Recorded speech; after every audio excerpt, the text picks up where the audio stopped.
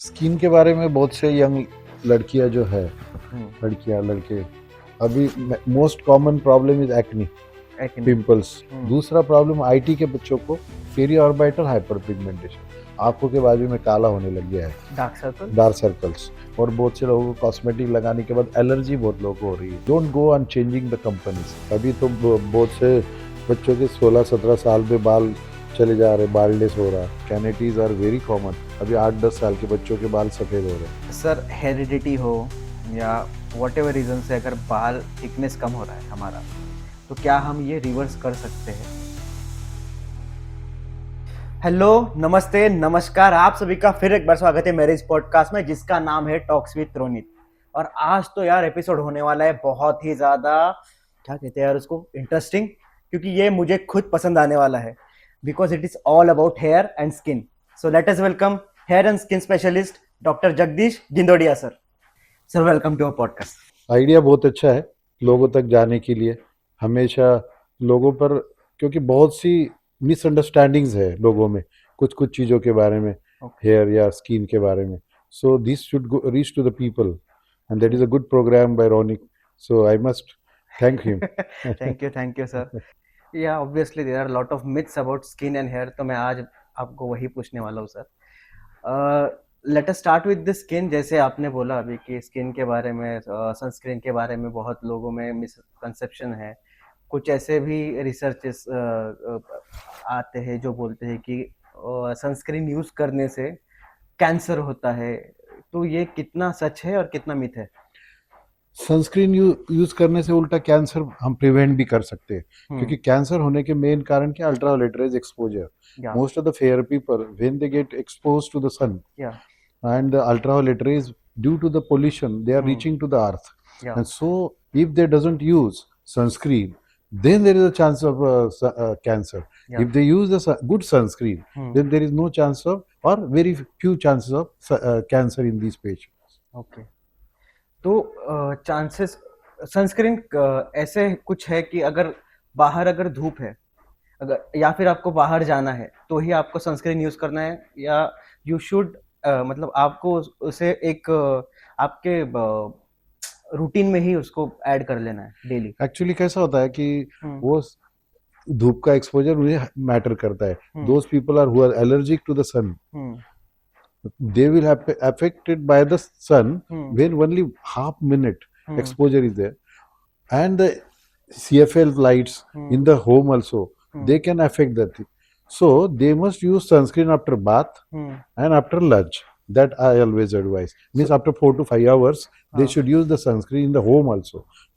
मतलब आपका कहना है कि एवरी 4 to 5 आवर्स आपको सनस्क्रीन यूज करना है, अगर आप घर में भी रहो या फिर बाहर पे हो, बार बार आपको ये स्किन आपके रूटीन में इसे ऐड ही कर लेना है। तो सनस्क्रीन के बारे में अगर एक वाइड बात करें तो जितना मुझे पता है, सनस्क्रीन में एसपीएफ आता है। तो इसका मतलब क्या होता है? और जैसे एसपीएफ 30 हो गया, 50 हो गया, 70 हो गया, तो ये कैसे किसको कौन सा एग्जैक्टली यूज करना चाहिए? It is sun protective factor. So 30 रहेगा तो 95% प्रोटेक्ट करेगा। हाँ? अब 50 रहेगा या 45 रहेगा तो 97 और up to 99 means 100% protection with any sunscreen is not possible. So in addition to that, if you are going to the heavy sun, then you must use the scarves and all. That is a 100% protection. With the sunscreen, you can use that when you want 100% protection. That is a mechanical sunscreen. Natural mechanical sunscreen, and it is very cheap also. So most of the females now or girls now using the scarves to cover the whole face, and they use the gloves. That is always a better. एक skin sun tan अगर किसी को होता है, sun tan है किसी को, तो बाकी ट्रीटमेंट्स, अदर देन ट्रीटमेंट्स, एक घर में ही अगर आप अपनी स्किन ठीक कर सकते हो तो उसके लिए क्या क्या कर सकते हैं? टैनिंग का तो जैसे है, कुछ सेंसिटिव स्किन्स को धूप से टैन होता है, ये लाइट से भी टैन होता है, इसीलिए सनस्क्रीन तो लेना लगाना ही है उन्हें एवरी 4 to 5 आवर्स में। और दूसरा, खाने में ग्रीन लीफी वेजिटेबल्स, क्योंकि ग्रीन लीफी वेजिटेबल्स में बीटा कैरोटीन है, और बीटा कैरोटीन आपको नेचुरल सन प्रोटेक्शन करेगा। Beta carotene, beta carotene in the green leaf green vegetable, leafy पकी हुई नहीं, हाँ, कच्ची सब्जी। कच्ची हाँ, सब्जी, कच्ची सब्जी जो है, जैसा मेथी है, पालक है, जैसा जस्ट जो निकाले जस्ट स्टीम हम करके, स्टीम बॉइल्ड हाँ जो बॉइल्ड रहता है, से, हाँ, हाँ। तो ज़्यादा पकाना नहीं है हम्म और कम तेल की, तो वो आपको प्रोटेक्ट करेगी। फिर हम्म टमाटर है, गाजर है, ककड़ी है, हम्म वो ज़्यादा से ज़्यादा खाएंगे, नेचुरली आ जाएगा। बीट है, तो हम्म दैट कैन प्रिवेंट। तो वो एक नेचुरल सनस्क्रीन है, नेचुरल यानी हाँ सनस्क्रीन। नेचुरल सनस्क्रीन, तो वो डाइट में इंक्लूड करना चाहिए, ग्रीन लीफ वेजिटेबल्स बढ़ाना चाहिए। और दूसरा, प्राणायाम करो, योग करो, मुद्राएं करो। आपने ऐसे कोई पेशेंट्स देखे हैं कि ना घर पे ऐसे कोई मास्क लगा लिया और स्किन खराब करके आ गए? हाँ, बहुत से पेशेंट को एलर्जी हो जाती है, इरिटेशन हो जाता है, और ज़्यादा काली भी हो जाती है, क्योंकि जल जाती है चमड़ी, सो एग्जिस्टिंग जो रहता है उससे और खराब करके खराब आ हो जाता है। इसीलिए मैं तो बोलता है कि ये इस पर एक्सपेरिमेंट नहीं करना चाहिए, जाता है। चेहरे पर एक्सपेरिमेंट नहीं करना चाहिए। Right right. हाँ, always take the opinion of doctor, hmm और नेचुरल अच्छा खाना खाओ, तो रूटीनली चेहरे पर ज़्यादा कॉस्मेटिक्स की ज़रूरत नहीं होती। जरूरत नहीं पड़ेगी। सिर्फ ठंड के दिनों में मॉइस्चराइजर्स यूज़ करो, सिंपल मॉइस्चराइजर्स यूज़ करो। स्किन को लेके और एक मिसकंसेप्शन है पीलिंग के साथ। पीलिंग जो केमिकल पील आते हैं ये कितना स्किन के लिए हेल्पफुल है और कितना ये स्किन के लिए हार्मफुल है? पीलिंग यदि एक्सपर्ट हैंड्स से यूज़ किया, स्किन स्पेशलिस्ट के यहाँ जाकर पीलिंग किया, तो it is always safe. Yes. It is always safe, because skin के टाइप के हिसाब से डर्मेटोलॉजिस्ट उसको पीलिंग एडवाइस करते हैं। राइट। उसका time of application is always important. Important यार। हाँ, वो ज़्यादा भी लगाएंगे तो बर्न हो जाएगा, इसलिए उतना टाइम, इसलिए स्किन स्पेशलिस्ट डर्मेटोलॉजिस्ट टेस्ट करते हैं कि भाई what is the tolerance of the skin to that peeling, and then they use that peeling. और फिर जैसे एक्नी है, चेहरे पर पिंपल्स है, तो पीलिंग बदल जाएगा। तो वो हिसाब से यदि पीलिंग यूज करेंगे तो कभी भी उसके बेनिफिट्स बहुत अच्छे हैं। बहुत अच्छा। और frequency, that should not be use very frequently. Minimum 10 to 15 days gap should be there in between the two pits. आपको ये कैसे समझना चाहिए कि ये चीज आपकी स्किन के लिए सुटेबल नहीं है? Beet face wash, beet sunscreen या कोई भी कॉस्मेटिक अगर आपके फेस पे आप लगाते हो तो फर्स्ट साइन आपकी स्किन क्या देगी कि ये आपको अवॉइड करना चाहिए? हाँ, as soon as if the skin is not tolerating, hmm there may be burning, there may be itching, यानी खुजली आने लगेगा, जलन होने लगेगा, then you stop it. So इसलिए हम बोलते हैं कि कोई भी चेहरे पे लगाना है तो पहले कान के पीछे 2-3 दिन लगा के देखो, और टॉलरेट हो गया तो देन चेहरे पे लगाओ। फिर उसका एलर्जी भी हो तो टेस्ट हो जाएगा, इरिटेशन हो तो टेस्ट हो जाएगा, उसके बाद you start applying on the face. अभी जितने भी पेशेंट्स आपके पास आते हैं यंग लोगों में स्पेशली स्किन के प्रॉब्लम लेके, तो आपने पर्सनली क्या ऑब्जर्व किया उन लोगों में कि प्रॉब्लम कौन सा आपको ज्यादा देखने के लिए मिलता है? स्किन के बारे में बहुत से यंग लड़कियां जो है, लड़कियां लड़के, अभी most common problem is acne, acne. Pimples. Pimples से बहुत कॉमन प्रॉब्लम है। अभी पिंपल्स के बारे में तो मैं कहूँगा कि भाई सिंपल सिंपल ट्रिक्स है कि चेहरा दिन में 2-4 बार धो, फुंसिया फोड़ो मत, और ज़्यादा बाहर की कोई कॉस्मेटिक्स लगाना नहीं, ऑयली कॉस्मेटिक्स यूज़ नहीं करना है। तो ऑयली कॉस्मेटिक्स से पिंपल्स बढ़ जाती है, डस्ट एब्सॉर्ब होता है, तो पिंपल्स एक मोस्ट कॉमन प्रॉब्लम है। दूसरा प्रॉब्लम आईटी के बच्चों को पेरी ऑर्बिटल हाइपर पिगमेंटेशन, आंखों के बाजू में काला होने लग गया है, डार्क सर्कल। Dark circles. हाँ, पेरी ऑर्बिटल यानी आंखों के घेरा बढ़ने लग गया है, वो भी एक कारण है, क्योंकि आईज को एक्सरसाइज नहीं है। कंटिन्यूस आईटी के लोग 8 आवर्स कंटिन्यूस लैपटॉप्स मोबाइल्स में रहते हैं, उसके वजह से भी स्ट्रेस आ रहा है आंखों पर, ब्लिंकिंग कम हो रहा है, ब्लिंकिंग टाइम कम हो रहा है। तो इसीलिए मैं इन्हें सब हमेशा बोलता हूँ कि भाई आफ्टर एवरी आवर एक घंटे के बाद 1 मिनट का ब्रेक लेते जाओ, उस टाइम थोड़ा घूम के आओ, थोड़ा चलना घूमना होगा, इसलिए ओबेसिटी नहीं होगी। वजन बढ़ रहा है, फास्ट फूड है, बैठे रहते हैं, सेडेंटरी लाइफ है, मोबाइल्स है, लैपटॉप है, टीवी है, ये गैजेट्स के वजह से लोग घूमना बंद कर दिए, एक्सरसाइजेस नहीं है, इसके वजह से भी बहुत से स्किन प्रॉब्लम और रूटीन प्रॉब्लम बढ़ गए। फिर तीसरा प्रॉब्लम कि भाई क्या लगाना है, कब क्या लगाना है, कॉस्मेटिक्स के बारे में। और बहुत से लोगों को कॉस्मेटिक लगाने के बाद एलर्जी बहुत लोगों को हो रही है। लड़कियों को ईयररिंग्स की एलर्जी, या फिर बिंदी एलर्जी। इसीलिए हम कहते हैं कि भाई कॉस्मेटिक्स, फिर टिकली, लिपस्टिक्स, इनकी company and don't go on changing the companies, क्योंकि हर एक कंपनी में केमिकल्स अलग अलग आते हैं, तो उसकी एलर्जी होती है। जैसे लिपस्टिक, एक लिपस्टिक फिक्स रखना है, तो उसके कलर चेंज होंगे लेकिन कंपनी फिक्स, टिकलियों की अच्छे हाँ, कंपनी के लगाने अच्छे सो दैट कंपनी वो उनके प्रोडक्ट और की जो उनको सूट हो जाए। कंपोजिशन भी अच्छा हाँ, रहेगा। और जो उनको सूट हो जाए, उनको जो सूट हो गई वो कंपनी अच्छी। सो दैट हाँ, हाँ पैच टेस्ट पहले कर लेना है हाँ, जो नहीं सूट उनको हो। जिल एलर्जी है तो ना यूज करें।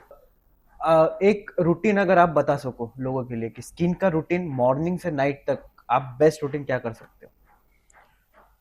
बेस्ट रूटीन के लिए तो वही है कि सुबह सुबह ठंडे पानी से चेहरा धो लो, गुनगुने पानी में नींबू डाल के ले लो, थोड़ा सा प्राणायाम, बाद में बीच में योगासन, मुद्रास, और थोड़ा वर्कआउट कर लो, और मेडिटेशन ओनली 20 मिनट्स। फिर दोपहर को खाने में सलाद यूज करो ज्यादातर।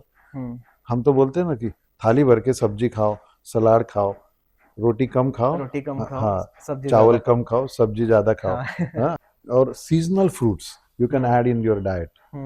और रात को थोड़ा जल्दी खाना खाना चाहिए। Late night dinner always affects your health and body and skin and hair also. तो एक जनरल मिथ है, ऐसा मैंने सुना है कि अगर आप ज्यादा चाय पीते हो तो आपका कलर टोन ज्यादा डार्क होता है। Is it true? नहीं, डार्क कलर तो होगा सिर्फ धूप से। हाँ, धूप से धूप और डार्क, पोल्यूशन। हाँ पोल्यूशन है, धूप है, हाँ। क्योंकि ये अल्ट्रावायलेट रेज आपकी स्किन को डार्क करेगा। Let us jump to the hair problems, which Yes, yes. is very much concerning, especially in young people.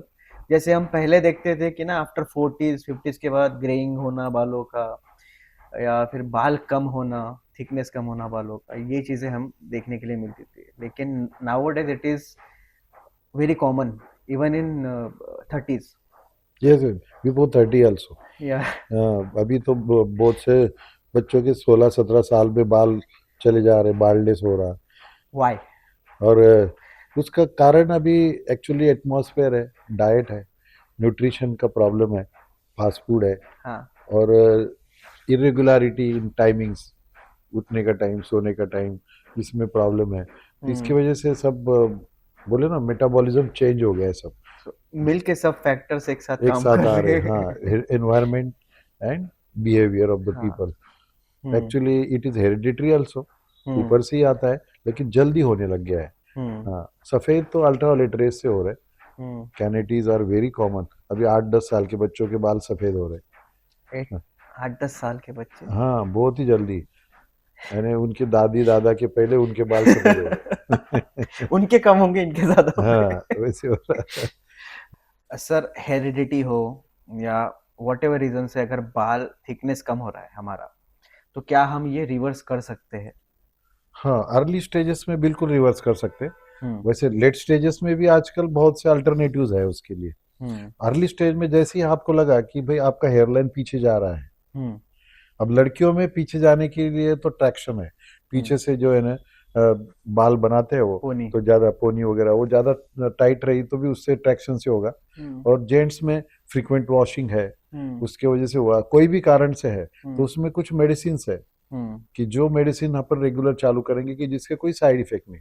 हम तो हमेशा बोलते हैं कि जब तक बालों पे प्यार है तब तक गोली चालू रखो, और सिंपल डाइट में ऐड कर सकते, कड़ी पत्ता जो है उसके पत्ते 10 पत्ते सुबह शाम यदि खाते रहे तो नेचुरल बायोटिन मिलेगा, उससे बाल काफी अच्छे रहते हैं। नेचुरल बायोटिन कड़ी पत्ता से मिलता है? हाँ, कड़ी पत्ता से मिलता है। तो 10 पत्ते जो है, हाँ, कोले कोले पत्ते खाए ना, तो 10 पत्तों में बिल्कुल बायोटिन मिलेगा ना, तो बाल बहुत अच्छे भी रहते हैं। उसके पाउडर से कुछ नहाते भी है, और कुछ जैसा बाहर रहते हैं तो हम हमेशा बोलते हैं कि पाउडर सुखा लो, उसकी पाउडर बना लो, 1-1 चम्मच सुबह शाम लेते रहो, तो नेचुरल बायोटिन। मैं एक्चुअली आपको पूछने वाला था कि बायोटिन कितना रोल प्ले करता है बालों में? हाँ, यस यस, ऑलवेज बायोटिन आपकी स्किन का ग्लो और हेयर का ग्रोथ, ये दोनों बायोटिन कवर करता है। इसलिए बायोटिन जिनको डेफिशिएंट है उनके बाल जाते हैं, चेहरे का ग्लो चले जाता है। Okay, let us come back to the question कि हम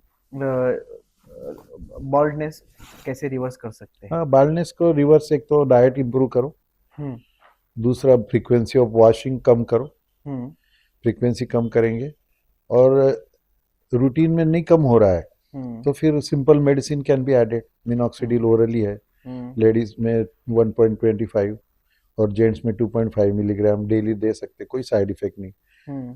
और अभी तो फिनास्टेरॉइड है, ड्यूटेस्टेरॉइड है। अब ड्यूटेस्टेरॉइड ज़्यादा प्रेफर करते कि वो 3 महीने के बाद अल्टरनेट डे और उसके बाद ट्वाइस अ वीक, हफ्ते में 2 गोली लेके भी फायदा हो जाता है। यानी every month they have to take only 8 tablet, 8 गोली लेना है सिर्फ महीने में, 6 महीने के बाद इतना भी उसमें कंट्रोल हो जाता है। यानी लेकिन जब तक बालों पे प्यार है तब तक वो गोली लेते रहना चाहिए। हेरिडिटी वाला भी होगा तो भी ये इस पे काम करेगा। काम करेगा बिल्कुल, क्योंकि androgens are work acting. Androgen जब तक एक्टिंग है तब तक बाल झड़ते रहते हैं, तो ये एंटी एंड्रोजन है, तो उसको कवर करेगा। और बहुत ही बालनेस हो गया तो हेयर ट्रांसप्लांट है, अभी पीआरपी है। ट्रांसप्लांट एग्जैक्टली क्या होता है? तो हेयर ट्रांसप्लांट में कैसा है कि donor area should be good, यानी पीछे का एरिया अच्छा रहा, बाल काफी अच्छे रहे ना तो आगे लगा सकते हैं। अभी तो आजकल दाढ़ी के बाल भी निकाल सकते हैं, वो भी ट्रांसप्लांट करते हैं, या चेस्ट के बाल भी निकाल के ट्रांसप्लांट कर सकते हैं। लेकिन it is very tedious job. Always better कैसा है कि पीछे के बाल जो डोनर है, क्योंकि वहाँ पर एंड्रोजन एक्ट नहीं होते ना, तो इसलिए ये बाल पूरा भी चले गया तो बाजू के बाल रहते हैं। ये पीछे के बाल जो है वो डोनर एरिया वो आगे लगा सकते हैं। What is PRP? PRP is the very good solution to many problem. Hair problem के लिए तो पीआरपी बहुत अच्छा है। यदि फिनास्टेरॉइड या ड्यूटेस्टेरॉइड के साथ पीआरपी करते रहे तो डेंसिटी बढ़ जाती है, थिकनेस बढ़ जाता है, thickness of the hairs increases. यदि अर्ली स्टेजेस में किया, एवरी मंथ किया, और 6 महीने के बाद एवरी 3 मंथ 6 मंथ्स मेंटेनेंस किया, तो पीआरपी से बालों का ग्रोथ अच्छा होता है और डेंसिटी बढ़ जाती है। पीआरपी प्रोसीजर वेरी सिंपल है। पेशेंट जो भी है जिसका पीआरपी करना है उसके 20 to 30 ml ऑफ ब्लड लेते हैं।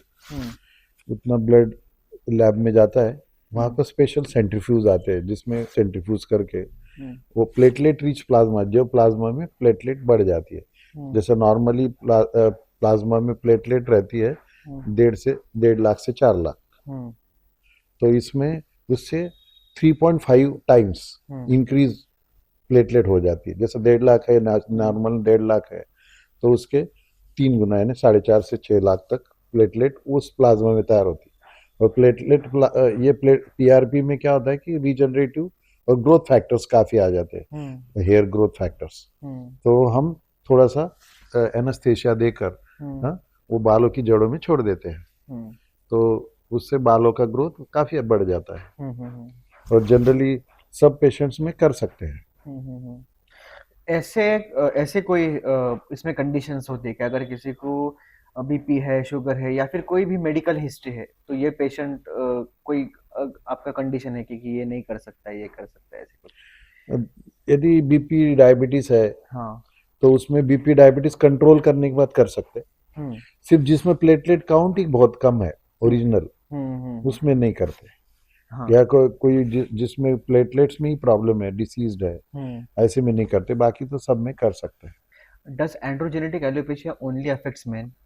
नहीं, दोनों में इफेक्ट करेगा। मेल में ज़्यादा होता है लेकिन फीमेल्स में भी एंड्रोजेनिक एलोपेशिया, लेकिन उसका डिस्ट्रीब्यूशन और कॉन्फ़िगरेशन थोड़ा अलग होता है, पैटर्न अलग होता है। पैटर्न अलग होता है। यूजुअली मेल का क्राउन एरिया में हाँ, होता है। क्राउन इन्वर्टेड डब्ल्यू रहता है, हम्म। और लेडीज में फ्रंट नहीं जाता है, उनकी फ्रंट लाइन नहीं जाती, बीच के जाते हैं। सर, ऐसे कौन से साइंस है कि लड़कों में स्पेशली बॉल्डनेस के साइंस, अर्ली साइंस कौन से होते हैं कि जो देखने के बाद उन्हें समझ जाना चाहिए कि दिस इज द टाइम कि हमने ट्रीटमेंट लेना चाहिए?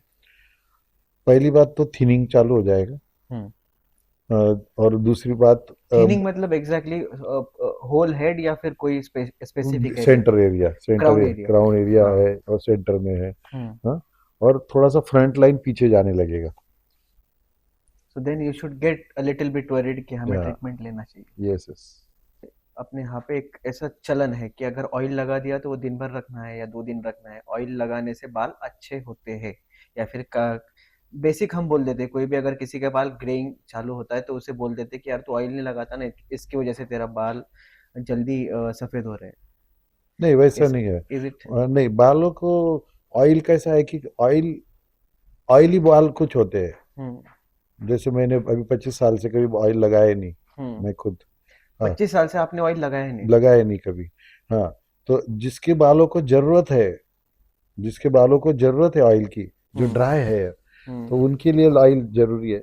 बट नहीं तो बाकी, फॉर हाउ मच टाइम? हाँ, वो अभी बालों का कैसा है कि अपने ऊपर है। यदि बालों को अभी चिपचिपा नहीं होना है तो बस रात को लगाओ, सुबह धो डालो, या फिर सुबह 1-2 घंटा लगाओ और बाद में वॉश आउट कर लो। हाँ, जिनके बालों को ऑयल की ज्यादा जरूरत नहीं, वो तो ज्यादा रखने की जरूरत भी नहीं होती। बट बालों में अगर आपको ऑयल लगाना है तो स्कैल्प को लगाना है, ये क्लियर है। हाँ, बालों को लगा के कोई फायदा नहीं है। हाँ, वो बालों को मालिश करना है तो स्काल्प में लगाना है अंदर। यस, तो रूट तक ऑयल जाना ऑयल चाहिए। जाना चाहिए। ऑयल लगाने से ग्रेइंग कम होता है? नहीं, ग्रेइंग का और ऑयल का ज्यादा कोई इफेक्ट नहीं है। फिर उसको फिर ग्रेइंग प्रिवेंटिव कुछ लोशंस है, वही लगाना चाहिए। सर, हेयर डाई करने से बालों का टेक्सचर खराब होता है? बहुत ही फ्रिक्वेंटली किया और थोड़ा सा सबस्टैंडर्ड हेयर डाई से बाल खराब हो सकते हैं। यदि स्टैंडर्ड अच्छे रहे, केमिकल ज्यादा नहीं रहे, तो routinely except the allergy, allergy आ गई समझो तो फिर बाद में बाल भी खराब हो सकते हैं और तकलीफ भी हो सकती है पेशेंट को। Hair dye allergy is very common.